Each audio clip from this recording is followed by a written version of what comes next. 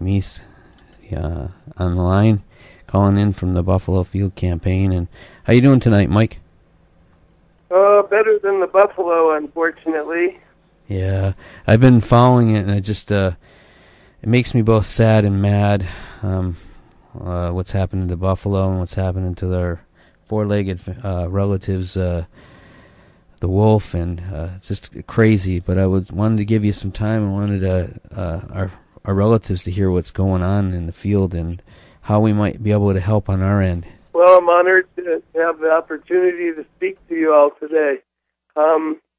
Unfortunately, in the surrounding area of Yellowstone Park are our last ancestors of the great wild buffalo. There's less than 10,000 genetically pure buffalo left in the whole world, and of those, the ones in Yellowstone are the only ones that have never been caged in, hay-fed, and domesticated. These are our last relatives from the 30 to 60 million buffalo that roam this continent. And the state of Montana, with the Montana livestock industry, has waged a war and a zero-tolerance policy of these sacred beings to be buffalo and to migrate to lower elevation lands to survive these pretty strong Yellowstone winters we get here. Currently, they're being killed two different ways. The first one is with the gun, with hunters that are standing at the borders. Unfortunately, 4 different reservations have been forced by the government to, the only way that they can have their treaties recognized is if they hunt these buffalo. And, of course, no tribe would hunt right now because we're talking about all these animals have just survived the winter. Their fat cells are on their last reserves. The moms are bursting and are 6 weeks at best away from giving birth. So we have fully developed fetuses in there. And so, these poor natives have been told, here's the only way we're going to recognize that you have treaty rights in this area. And on top of that, they also have a giant capture facility that's located 1.5 miles within the borders of Yellowstone Park. And they've also shipped off an additional 318 to the slaughterhouse. And, of course, this also entails pregnant moms. And it's just no respect for this sacred being there. And we stand in the field and try and educate and spread the word to give these guys the rights they deserve.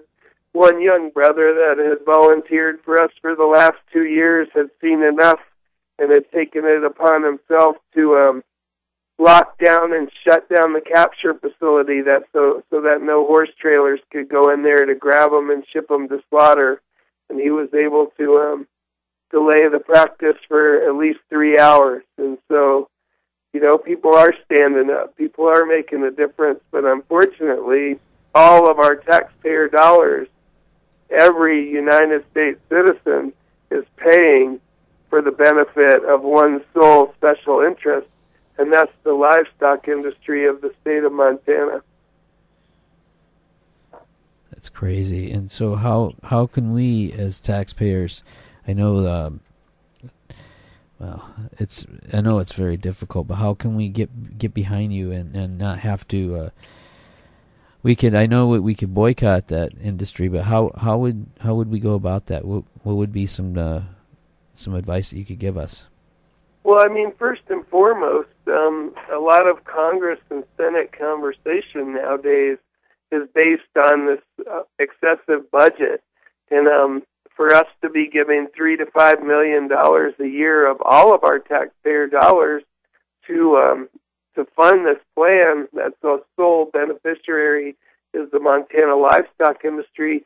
I think it's important to let your individual state House of Representatives know, the senators, and just let them know that, hey, you want your tax dollars to not be used to benefit one sole interest, and that, these are America's gifts. This is the last of their kind in the whole wide world, and, why are we letting ranchers dictate the policy, and why are we spending our taxpayer dollars Also, if you go to our website, just www.buffalofieldcampaign.org, there's tons of other suggestions of who to contact, who to get in touch with, who you can write to. And then if you're so inclined, we've had over 4,000 volunteers over the last 17 years come and stand here in the front lines with us and protest this and document this and help spread the word to save the herd, as we like to say. And there's applications up on our website if you're interested in coming out here. And obviously we have a wish list of things we need, or any donation is always graciously accepted. But and the most important thing is to let people know this is going on. I mean, this is such a covered-up issue, swept under the carpet. No one talks about it, and most people don't even know it's going on. So first and foremost, I think it's important to take our information and spread it to your friends, your family, anywhere we can get the word out, because not knowing about this is a big reason of why it continues for all these years. Absolutely, and one of the things that I would love it if you could just touch base on how important the buffalo, the bison are to the ecology of the land, and just like the wolf, when it was reintroduced to Yellowstone, all these places were coming alive again. And so, well, you look at what this country isn't anymore, and one of the biggest things that we're missing is the big grasslands, prairie. And those were 100% dependent on the buffalo, because the buffalo would annually migrate through those areas. They would eat down the grasses and not stay in an area and overgraze it. And in their way through, they would spill the seeds, and their hoofs are shaped as such that they refill the soil. And then you have the magic fertilizer coming out the back end, and you have a perfect regeneration process. And we see that every year in Yellowstone. The same herds will come through the same areas and replant and vegetate those areas so that they know their families can return the following year, and there'll be food and everyone will be taken care of. And that is just one of the many gifts that these sacred buffalo give, but aren't being able to give because the state of Montana will not allow them to be buffalo. I think one of the most important things to realize is that Yellowstone Park is not buffalo habitat. That's the place that they survived the mass slaughter of the 18th and 19th century. It was the place that they hid so that humans couldn't come and kill them. And then finally we established, first we sent out the U.S. Cavalry to protect these last 23, and then we established the whole national park system just to protect them. But really, buffalo need to be all over this earth again. They say that there were 30 to 60 million that used to inhabit continent North America, and we need them back. One thing that we need to get rid of, too, and if they're not willing to compromise, is cows. Cows are an invasive species. They do not know how to live over here. They're not from this continent, and yet we prioritize everything for them. You talk about the wolves. Well, why are the wolves being killed now and not being accepted? It's once again because of the livestock industry, because of what I like to call the holy cow. If the holy cow is ever jeopardized by our wildlife dies, and this isn't right. We need to get back to some ways that take care of people healthy. When you think of what we pump into those cows, how they're treated, how they're abused, how they're filled with all these horrible hormones and drugs, that's what we're eating. That's why so many people are unhealthy now, because we're so far removed from the right way of the way this world is supposed to work. Absolutely, the natural diet, and I was so mad, but I'm trying to be proactive. That I feel again like another attack. It's a genocide. It's a massive genocide to the four-leggeds that they were here long before we got here. And they were roaming this earth, and there were so many of them. And it's amazing that they would have found a safe haven like Yellowstone, but now the mainstream is coming in to get them. They can't even be safe in that place. Well, I had the honor of starting this organization with a traditional Lakota elder, Rosalie Little Thunder. And one of the things she said to me right when we first started this was, Mike, I just want to tell you that I come from the nation that calls itself Tatunko Oyate, which the closest that can translate to your language is the Buffalo Nation. And these animals that you have been so pulled to protect and take care of, these aren't animals to me and my people. They are my ancestors, my relatives. That is how sacred they are.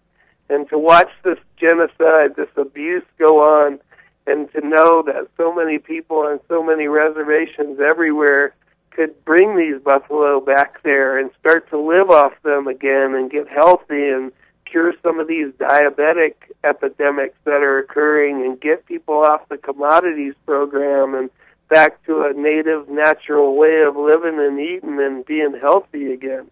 And I think the buffalo are ready to do it, but I just don't think the white culture has enough brains in their heads to make sure something this sacred can happen. Yeah, well, I've hope, and I'm grateful that you're out there doing what you're doing, and that you're taking time tonight and to share with us, and so we can be more proactive and get out there doing things locally. Just not buy those type of things and the meats, and try to get more and more word out what is happening. I didn't realize that the herd was that small. And how many did you lose this year? Well, this year over 600 have been killed to date, and it's still early, but those that they don't count when they count those numbers, how many of those were pregnant females? So we're talking about losing next year's generation or this year's generation that, it's nothing. These numbers is how they desensitize us. What they're killing is families. So they're taking away herds. They're taking away something that had enough sense to migrate out of the high elevation country to come to the lower elevation to survive, and that instinct, that drive, that naturalness is what they're trying to breed out of these animals. I mean, our culture only feels comfortable with domesticated animals and things that depend on us for a living. They're so far removed and out of touch of the natural world and how things work. They don't even have logical ideas of how to deal with it. And unfortunately, all of us are stuck with this ridiculous leadership that we so-call our guidance in this whole world. And, it's time for the people to stand up. It's time for all of us to find our passion, find what bugs us in our backyards and in our world, and do something. Because if we don't create this change, don't ever expect our governments to do it for us. We need to be the change we want to see in the world, and it's time to stand up. Absolutely, and people can get a hold of you at the Buffalo Field Campaign. Again, it's buffalofieldcampaign.org, and there's a phone number. It's 406-646-0070. And is there anything else that you'd like to share? What's going on that we don't hear? I know that you guys are really good with putting media out because they get your alerts and things. But is there anything that we need to know right now that to get us people that I don't want to see those. Just the overall view of what's going on, and sometimes we need a little push, and myself included.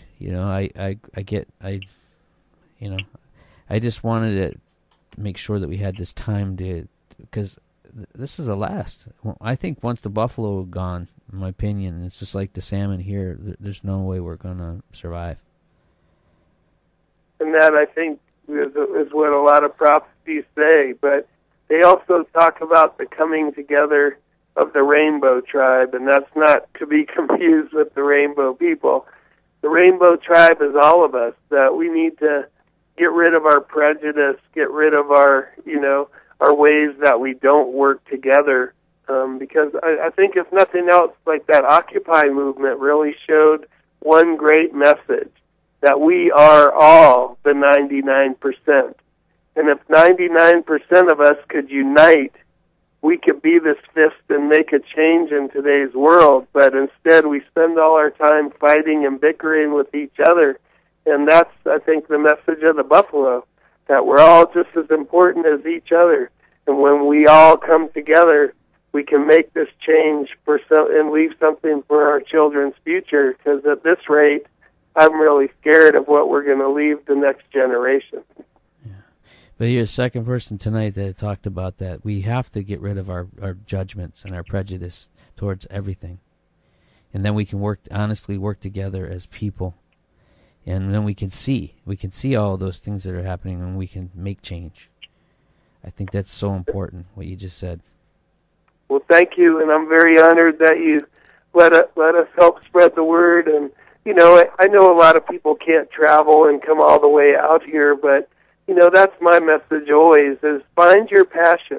Find what's driving you crazy in your own backyard and do something about it. You know, we all have these new technologies, YouTube, I call it my McMee page or whatever, you know, my Facebook, and instead of utilizing that for just telling people you're going to the bathroom or you're going to a movie, start showing streams in your backyard that are polluted.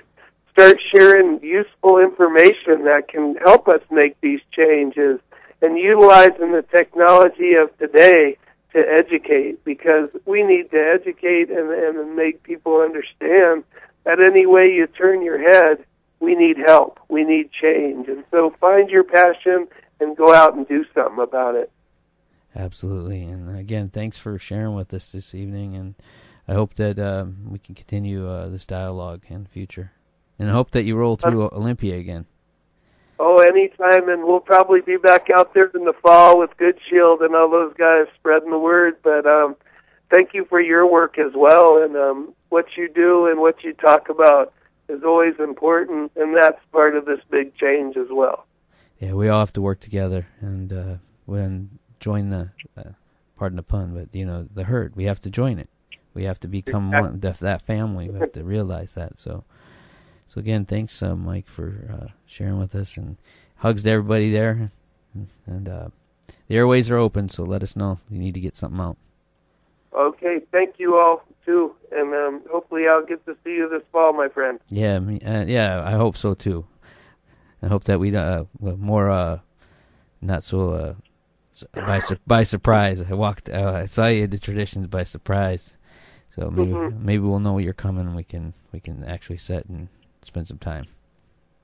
I look forward to it, my friend. Yeah, you take care. Okay, thank you. Thank you a bunch. And you're listening. Bye. Okay, thanks, Mike. Have a good evening. You too. Bye. Bye.